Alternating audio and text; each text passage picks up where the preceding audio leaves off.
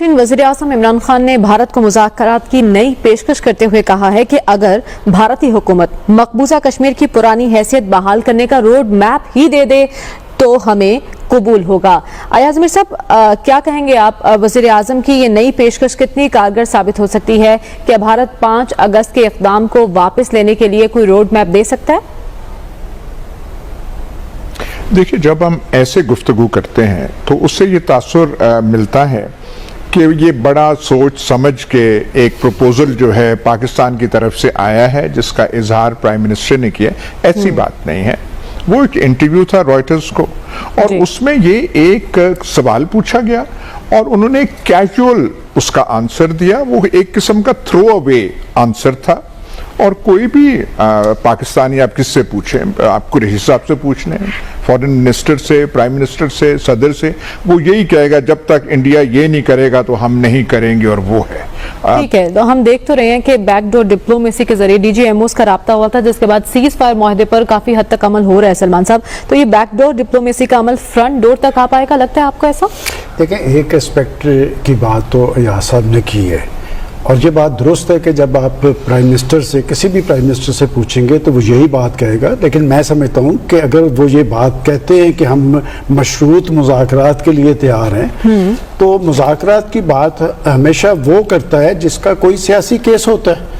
बात ये कि कश्मीर का इशू जो है एक आलमी इशू है और ख़ुद UN के अंदर इंडियन लीडरशिप ने जाके उन रेजोल्यूशन की तायद और हमायत की थी और उस पर मैं समझता हूँ कि इंडिया का कोई केस नहीं है। अलबत्ता प्राइम मिनिस्टर साहब ने इसी हफ्ते के अंदर तीन दफ़ा इसी इशू पे बात की है। लास्ट संडे उनका ये कहना था कि 5 अगस्त के इक़दाम की वापसी तक इंडिया से मुज़ाकरात कश्मीरियों के खून से गद्दारी होगी। फिर उन्होंने ये बात कही कि जी 5 अगस्त के इक़दामात की वापसी तक मुज़ाकरात का सवाल ही पैदा नहीं होता।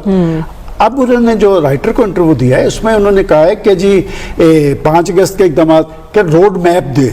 मेरा ख्याल है कि हम इसमें उलझे बगैर कि जी 5 अगस्त के इक़दामात की वापसी ही इशू नहीं है, इशू बुनियादी तौर पे खाके खुदरादियत है जिसकी एक, मैं समझता हूँ, पाकिस्तान का एक अखलाकी, सियासी और आलमी केस है।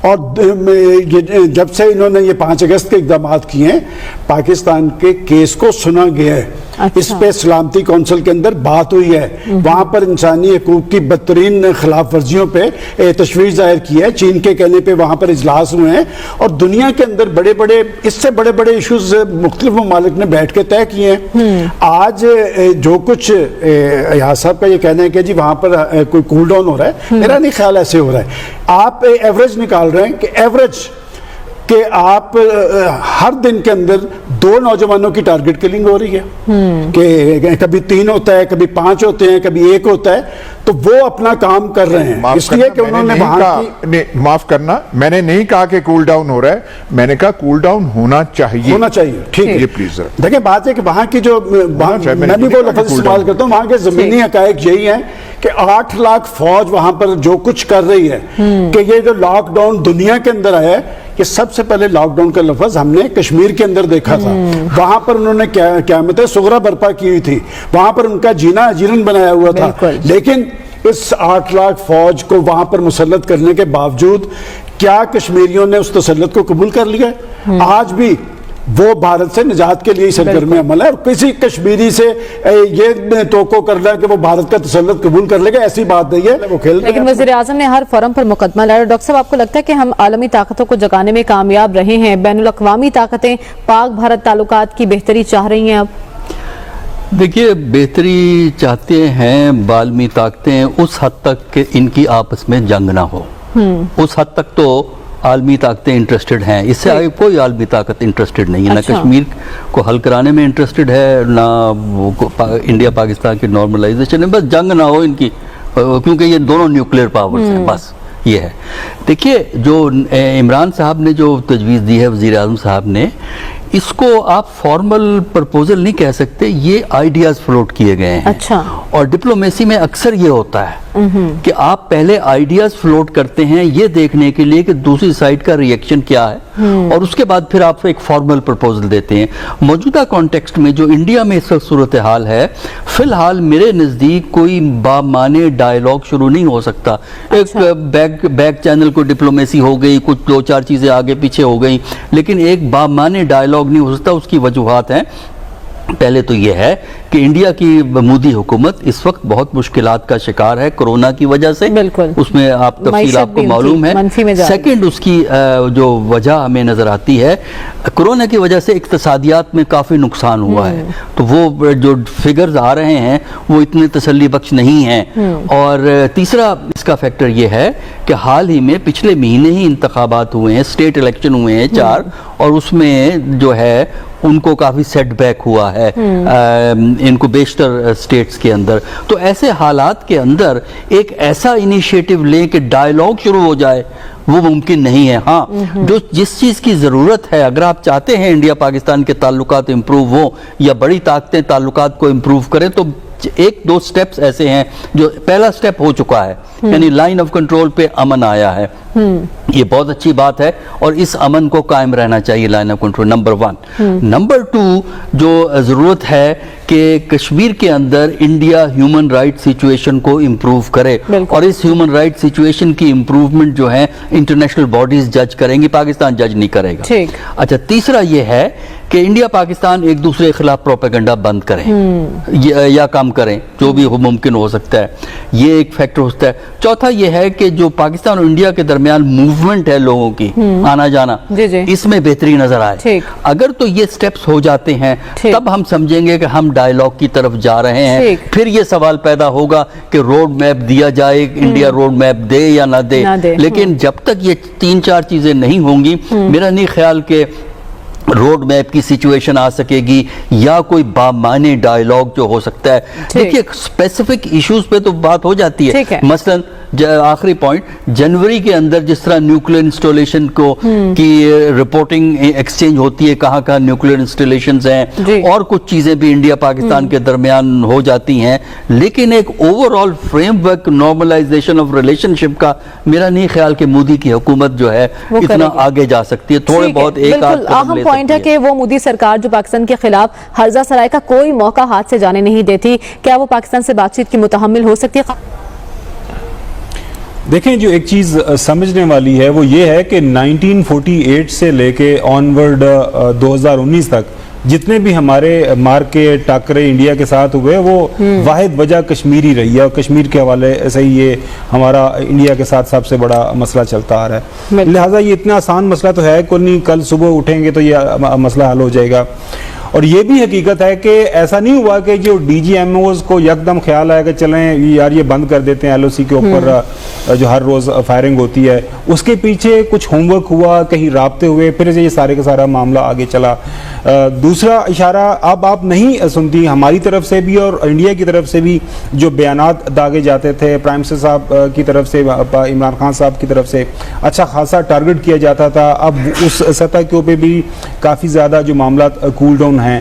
ہمارے پاس جو اطلاعات ہیں اسلام آباد اور راولپنڈی میں, وہ یہ ہے کہ سرٹن لیول کے اوپر ایک کانٹیکٹ تو ہوا ہے, رابطہ تو ہوا ہے. اور دوسری بات یہ ہے کہ دیکھیں پوری دنیا کے اندر ایک پیراڈائم شفٹ ہے. ریسنٹلی جو انڈیا کا چائنا کے ساتھ معاملہ ہوا وہ بھی ساری دنیا نے دیکھا. اب چائنا کو انڈیا کو ایونچولی کسی نہ کسی صورتحال پہ پہنچنا ہے. 8 لاکھ فوج کو ایک جگہ کے اوپر رکھنا اتنا کوئی آسان کام نہیں ہے. امریکہ بہادر کو افغانستان کس لیے چھوڑنا پڑ رہا ہے کہ اس کا ایک فائنینشیل امپیکٹ بہت زیادہ ہے. لہٰذا انڈین اکانومی آج کل جس طرح ذکر ہوا کچھ 6 to 7% اس نے شرنک کیا ہے. اگر ان کی اکانومی ڈوبتی ہے, یہ سارے معاملات چلتے ہیں, تو وہ کس طرح اتنی بڑی فوج کو وہاں پہ رکھیں گے. اور لگ اسی طرح رہا ہے کہ آنے والے دنوں کے اندر یہ معاملات اور بہتری کی طرف جائیں گے. یہ نہیں میں کہہ رہا کہ جی اگلے 2-4 مہینوں کے اندر سارے بالکل معاملات ٹھیک ہو جائیں گے, لیکن بحالت مجبوری یا اور کوئی وجہ انڈیا اب اس پوزیشن میں نہیں ہے کہ وہ ماضی کی طرح جو ایک اس کا پوسچر رہا ہے کشمیر کے حوالے سے वही रहे और आहिस्ता आहिस्ता वो आगे की तरफ बढ़ेंगे। हाल ही में आपने सुना होगा वो जो बयान इंडियन आर्मी चीफ की तरफ से बिल्कुल। कि पाकिस्तान की तरफ से अमन की कोशिशों को हम सराहते हैं, which is not a small thing coming from Indian army chief. अब लिहाजा उम्मीद रखनी चाहिए, हमसाए हैं और ये मामला बेहतरी की तरफ ही जानी चाहिए। और अय्याज साहब ने बिल्कुल सही फरमाया कि इसमें जितना कूल डाउन हो सके उतना होना चाहिए। इसी में बेहतरी कश्मीरियों की है, इसी में बेहतरी दोनों ममालिक की है। जाहिर है पेचीदा मसला है, परसेप्शन वाइज जो इंडिया के अंदर जो भी रूलिंग जमात वहाँ पे होगी उसके लिए आसान नहीं है कि वो किसी दिन आए और कश्मीर के हवाले से बात शुरू कर दे पाकिस्तान के साथ। सेम गोज फॉर पाकिस्तान के कश्मीर के इशू के ऊपर पाकिस्तान के हुक्मरान की तरफ से कोई भी बात की जाए तो उसको इस तरह लिया जाता है कि एज एफ के जी हम वो बिल्कुल ये कश्मीर के ऊपर बात करके ये कश्मीर को कहीं बेचने तो नहीं जा रहे।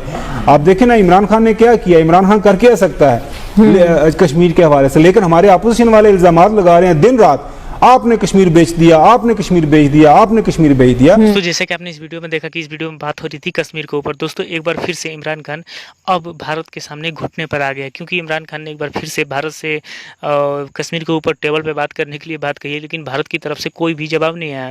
और दोस्तों ये पहली बार नहीं है, इमरान खान ने ऐसी 4 से 5 बार ऐसी पेशकश कर चुका है कि कि हम भारत से बात करना चाहते हैं, भारत हमारे साथ बात करे, लेकिन भारत की तरफ से ऐसा कोई जवाब नहीं आया है। दोस्तों आपको पता होगा कि जो इमरान खान है वो कितना, उसको शर्म भी नहीं आती, क्योंकि उसको न बाइडन कॉल करता है और ये सब आप समझ सकते हैं कि ये सब बात छुपाने वाली होती है, लेकिन इमरान खान मीडिया के सामने ये बात कह देता है कि जो बाइडन है वो हमें फ़ोन नहीं करते हैं, या फिर जो नरेंद्र मोदी है वो मेरा फ़ोन नहीं उठाता है। दोस्तों आप समझ सकते हैं कि इससे ज़्यादा बेइज्जती पाकिस्तान के लिए क्या हो सकती है, लेकिन भारत की तरफ से इसका अभी तक कोई जवाब नहीं दिया गया है, जो कि पाकिस्तान की ओर से पेशकश हुई है। लेकिन यहाँ पर सबसे बड़ी बात है कि इस वीडियो में जैसा कि आपने देखा कि जो पाकिस्तानी हैं उनका ये कहना है कि वहाँ पर 8 लाख फ़ौज है, यानी कि आप समझ सकते हैं कि अगर कश्मीर में 8 लाख फ़ौज होती है तो वहाँ पे दुनिया की सबसे बड़ी बड़ी न्यूज़ एजेंसियाँ वहाँ पे हैं जो कि रिपोर्ट भी करती हैं। आपने कई सारे ऐसे 2021 के भी कश्मीर के वीडियो भी देखे होंगे जिसमें कि ये दिखाया गया है कि कितना वहाँ पे प्रोग्रेस हुआ है, लेकिन वहाँ पर अगर वहाँ पे वीडियो दिखाया जाए तो यहाँ पर ऐसा कोई भी चीज़ नहीं दिखता, क्योंकि अगर 8 लाख फ़ौज वहाँ पर है तो वहाँ पर तो रोडों पर सैनिक ही सैनिक दिखेंगे, लेकिन ऐसा कुछ नहीं दिखता। लेकिन हाँ, ऐसा नहीं है कि वहाँ पर सैनिक ही नहीं है, क्योंकि वहाँ पर तो आर्मी है, ऐसा नहीं है। क्योंकि जो भी आतंकवादी गतिविधियां अभी भी पाकिस्तान करवा रहा है या पाकिस्तान जो है वो